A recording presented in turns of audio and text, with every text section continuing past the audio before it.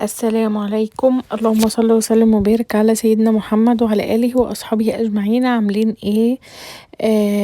يا رب كلكم تكونوا بخير. اليومين دول الحمد لله الجو ابتدى يتحسن والنهارده كانت الشمس جميلة جدا ما شاء الله، كانت حلوة جدا.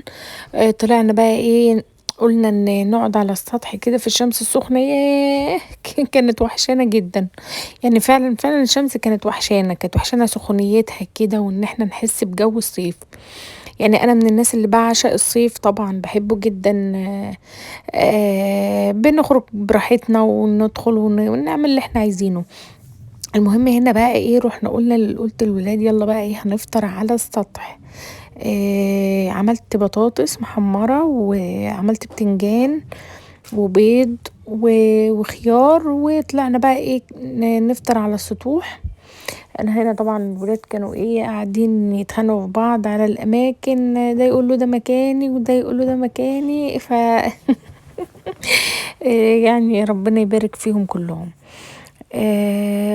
فطرنا والمنظر كده جميل. طبعا انا لسه هظبطه اكتر، لان احنا هنا في رمضان بنفطر بره على السطوح. فان شاء الله هتلاقوني ظبطت الدنيا كده وهنعمل ايه، وهظبط الدنيا هنا، وهحط التلفزيون، وهجيب زرع حلو، والزرع ده طبعا هيكون خضر وكده في الربيع، والدنيا ان شاء الله هتكون حلوة قوي. فعايزاكم كده تدعموني علشان تشوفوا ان شاء الله معايا رمضان كامل وهنعمل ايه وكل حاجة ان شاء الله. قعدت بقى ايه، انا انسجمت مع الهوا والجو اللي كان فظيع ده، كان وحشنا.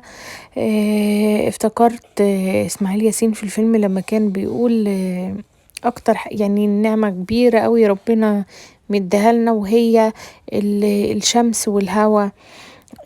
ببلاش، كل ده ببلاش سبحان الله. يعني انا مش فاكرة قوي، بس دي حاجة نعمة كبيرة قوي من ربنا. فضلت قاعدة، وكمان يعني هتستنوا هتلاقوني بعمل لكم بعد شوية فراولة. جبت 2 كيلو فراولة لان ملحقتش اجيب. دلوقتي طبعا سعرها مرتاح، فجبت 2 كيلو فراولة وهفرزهم كده علشان العصير بتاع رمضان. يعني هتشوفوني ان شاء الله هجيبهم لكم دلوقتي. وانا بفرزهم عشان احطهم في الفريزر. اهو زي ما انتوا شايفين كده، انا غسلتها كويس جدا جدا من الرملة. وهحطها في الكيس، هقطعها وهحطها في الكيس وهحط عليها سكر. يعني عندي اهو الكيس ايه، بس هنحط سكر ونحطها في الفريزر. بودي بيقول بعد ما هنحط لها سكر، هنحط لها سكر وهنسيبها في الفريزر. وبعد ما نحطها في الفريزر ان شاء الله نشربها في رمضان، نعملها عصير ونشربها في رمضان. مش رمضان قرب؟ رمضان كي ان شاء الله اخر الشهر. امتى؟ ايوه اخر الشهر. بقطعها هنا كده واحط عليها وهقطعها السكر علشان ان وهحط شاء الله يعني انتوا تحطوا شوية تقطعوا الكميه اللي انتوا السكر. بتطلعوها في يعني المره هما الواحده. شوية اللي عندي دول كانوا 2 طبعا كيلو بحطهم في هي عشان سكر. يعني ايه، يعني حته السكر دي بتريحكم. بس اسكت. بدل ما لسه تحطوا سكر وبتاع، لا بتطلعوها وتضربوها على طول، تخففوها بميه او لبن وتعملوها على طول، بتبقى حاجه كده تحفه، بالذات في الفطار. يعني انا بحب جدا جدا، بفضل في رمضان العصاير. ياه لازم يكون العصير ده موجود على الفطار وبعد الفطار وعلى السحور. يعني لازم افضل كده اعمل العصير ونفضل نشرب فيه من بعد الفطار لغاية السحور. فبيبقى احلى حاجة كده. يا ربنا يعني يعودوا علينا بألف خير يا رب، اللهم امين. طبعا انا بفرز دول قدامكم كده علشان اوريكم الطريقة دي، هي اسهل طريقة واحسن طريقة، فعلا طريقة ناجحة 100%.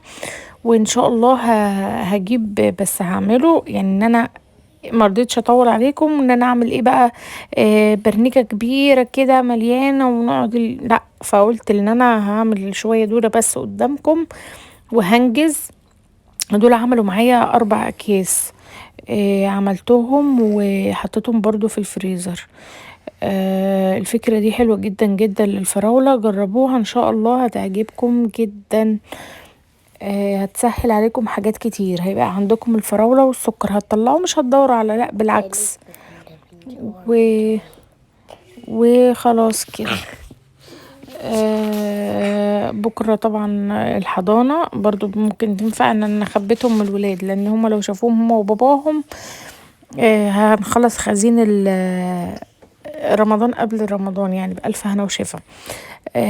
طبعا دي من تاني حاجات اللي انا عملتها، وهعمل معاكم حاجات كتير، فتابعوني بلايك بقى وكومنتات حلوة كتير كده ودعوات حلوة، علشان ان شاء الله نستمر ونشجع بعض. يلا بقى، مع السلامة.